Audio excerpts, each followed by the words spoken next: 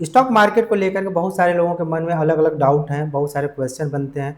ठीक है, हमने देखा अक्सर ग्रामीण परिवेश में जब भी जाते हैं तो लोगों के मन में ये रहता है कि जुआ है, ठीक है, इसको बुरा मानते हैं। तो ऐसे ही हमने कुछ लोगों को हमने सेलेक्ट किया है जिसमें आज हमारे साथ जुड़ने जा रहे हैं अरविंद जी। उनसे पूछेंगे उनके मन में शेयर मार्केट को लेकर क्या क्वेश्चन है।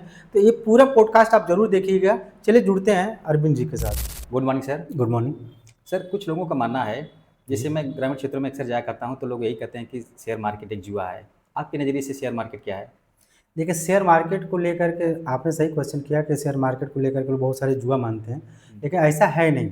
देखिए, आप बड़े शहरों में अगर जाएँगे तो इसको एक स्किल माना जाता है, स्किल डेवलपमेंट में इसको रखा जा सकता है। क्योंकि जितने बड़े उद्योगपति हैं उनका सारे लोगों का पैसा, या भारत सरकार की भी बात की जाए तो उनका भी सारे कंपनी कहाँ लिस्टेड है, वो शेयर मार्केट में लिस्टेड है।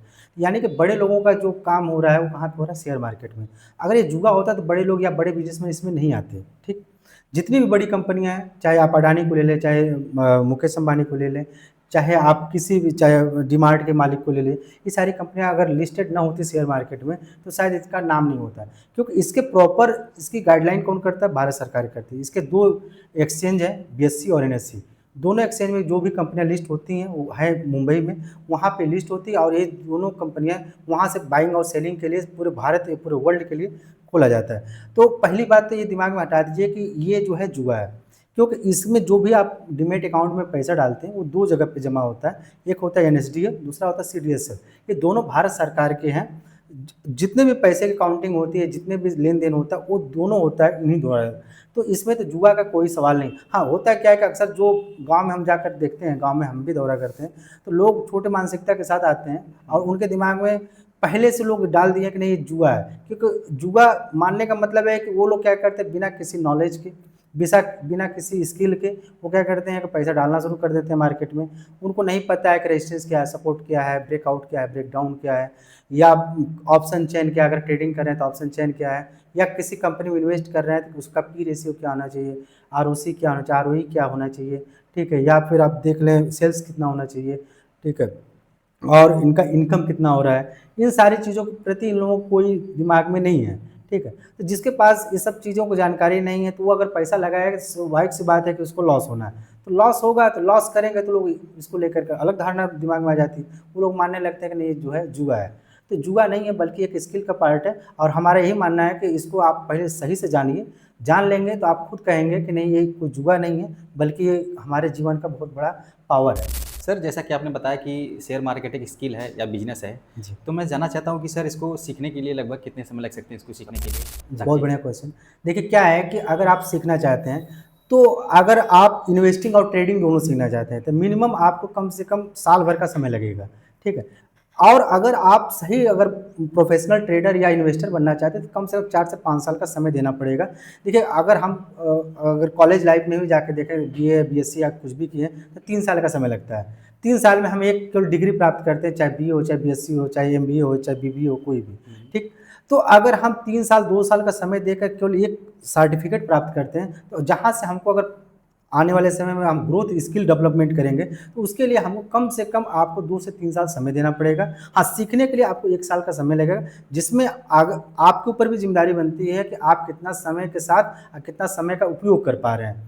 बहुत सारे लोग हमारे यहाँ, हमने बहुत सारे लोगों को एजुकेट किया है, उसमें हमने देखा है कि अक्सर लोग आते हैं 3-4 महीने में ही शांत हो जाते हैं। क्योंकि उनके दिमाग में दूसरों को देख के आते हैं, यूट्यूब को देख करके आते हैं, या किसी को बैठ करके किसी के साथ उसको देख रहे हैं को प्रॉफिट बना रहा है या लॉस कर रहा है, जो भी कर रहा है, तो उसको देख करके लोग आते हैं। तो उनके दिमाग में बार बार ये चलता है कि नहीं हम भी आएंगे, हम भी ऐसा कुछ कर सकते हैं। तो ऐसा कुछ होता नहीं।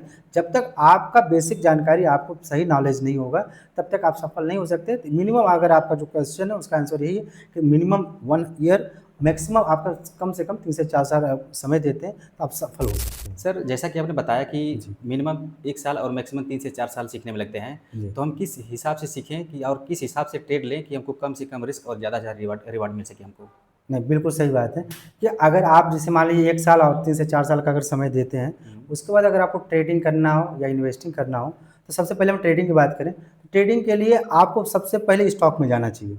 स्टॉक में इसलिए जाना चाहिए कि स्टॉक के में इंट्राडे करें, चाहे उसको होल्डिंग भी कर सकते हैं या स्विंग ट्रेडिंग का मतलब होता है कि 3 से 4 दिन तक होल्ड कर सकते हैं, ठीक है। इसलिए कि उसमें वोलेटिलिटी होती है लेकिन कम होती है। बहुत सारे लोग क्या करते हैं कि एक सीखने के बाद सीधे फ्यूचर एंड ऑप्शन में चले जाते हैं, चाहे इंडेक्स में फ्यूचर एंड ऑप्शन करें चाहे स्टॉक में, तो उसमें क्या होता है रिस्क ज़्यादा बन जाता है। रिस्क ज़्यादा बनने का मतलब कि लॉट साइज होता है, और लॉट साइज जब ज़्यादा रहेगा तो एक पॉइंट, जैसे मान लीजिए अभी आप कल्याण ज्वेलर्स को देख लीजिए, कल्याण ज्वेलर्स में 1350 का लॉट साइज है, तो अगर एक पॉइंट अगर बढ़ता है तो 1350 रुपये मिलेगा, लेकिन अगर वहीं गिर जाए तो 1350 रुपया लॉस हो सकता है। अब ज़्यादातर देखिए सीखने वाले लोग, कम पैसे वाले लोग ज़्यादातर सोचते हैं ये सब चीज़ें। अगर कम पैसा है तो आपको ऐसे जगह पे जाना है जहाँ पे रिवॉर्ड धीरे धीरे मिले, ठीक है, लेकिन लॉस छोटा हो। तो उसके लिए आपको क्या करना होगा कि स्टॉक में जाना होगा, फ्यूचर एंड ऑप्शन को तब तक अवॉइड करना होगा जब तक इतना कैपिटल आपके पास ना हो जाए कि आपको रिस्क लेने की क्षमता हो जाए, उसके बाद ही आप जाएंगे फ्यूचर एंड ऑप्शन को ट्रेड करने के लिए। अदरवाइज आप इसको अवॉइड करके अपने कैपिटल को पहले गेन करिए, उसके बाद जा करके आप फ्यूचर एंड ऑप्शन में ट्रेडिंग करने के बारे में सोच सकते हैं, ठीक है। और दूसरा ये भी है कि अगर आप मान लेते हैं कि 1 लाख रुपये आप लेके आते हैं, तो आपको उसको 10 भाग में डिवाइड करना होगा, यानी कि आपको केवल कैपिटल यूज करना है 10,000 का, 10,000 रुपये का कैपिटल यूज करेंगे। और उसको क्या है कि अगर 10,000 का कैपिटल यूज करते हैं तो मान लेते हैं कि देखिए शेयर मार्केट रिस्क सम गेम है। अगर फ्यूचर एंड ऑप्शन या इक्विटी में जाते हैं, सेबी भी कहते हैं कि भाई ये रिस्क सम गेम है, अपने रिसर्च और एनालिसिस के बाद ही आप ट्रेड करें। तो आप सारा चीज़ देख करके जाते हैं। अगर आपको रिवॉर्ड भी लेना है तो अगर 10,000 का केवल 500 से 1,000 रुपया, रिस्क भी अगर लेना है तो वही 500 रुपये के आसपास तक रिस्क लेंगे, उससे ज़्यादा रिस्क नहीं ले सकते, ठीक है। तो अपने कैपिटल को कम से कम 10 भाग में डिवाइड करिए, उसके बाद एक पार्ट से ट्रेड करिए कि आने समय में अगर लॉस होता है तो अगली बार भी जब उतरे तो उसी जिस अमाउंट के साथ हमने उतरा था उसी अमाउंट के साथ अगली बार भी उतरे, ठीक। इस बात का भी विशेष आपको ध्यान देने की जरूरत है। सर ये मेरा लास्ट क्वेश्चन है, जैसे एज ए बिगिनर कोई स्टूडेंट आता है तो उसको शेयर मार्केट में एंट्री लेने के लिए लगभग कितने कैपिटल से या अमाउंट से शेयर मार्केट में इन्वेस्ट कर सकता है या ट्रेड कर सकता है? ठीक, बहुत अच्छा क्वेश्चन है।